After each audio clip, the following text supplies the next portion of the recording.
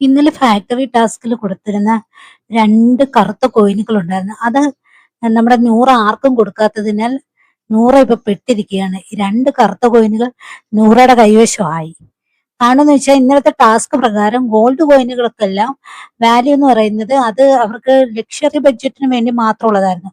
പക്ഷെ കറുത്ത കോയിനുകൾ ആരുടെ കയ്യിലാണോ ഏറ്റവും കൂടുതലുള്ളത് അവരാണ് അടുത്ത നോമിനേഷനിൽ നേരിട്ട് പോവുകയാണ്. പക്ഷെ നൂറ ഇന്നലെ ഒരു അബദ്ധം കാണിച്ചു. പുള്ളിക്കാരിയുടെ കയ്യിൽ 2 കറുത്ത കോയിനുകൾ ഉണ്ടായിരുന്നു.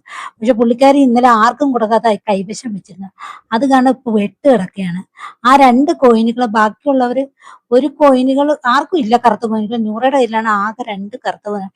ഇന്നിപ്പോ 2 കറുത്ത കോയിനുകളുണ്ട്. ഇപ്പൊ ടാസ്ക് ആരംഭിക്കുമ്പോൾ ആ കറുത്ത കോയിനുകൾ ഇവർക്ക് കൊടുക്കണം. പക്ഷെ ഇവര് മേടിക്കാതിരുന്നാലോ, മനസ്സിലായി, മേടിച്ച് മറ്റുള്ളവർക്ക് കൊടുക്കുകയോ ചെയ്തില്ലെങ്കിൽ ആ 2 കറുത്ത കോയിനും കൂടെ നൂറയുടെ കയ്യിലിരുന്ന ടോട്ടലി 4 കറുത്ത കോയിനുകൾ നൂറയുടെ കയ്യിൽ വരും.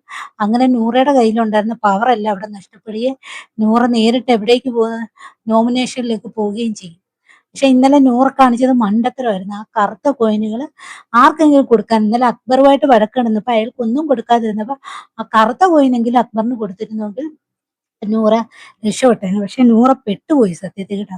പുള്ളിക്കാരത്തി അറിയത്തില്ല, ഗെയിം അറിയത്തില്ലായിരുന്നു.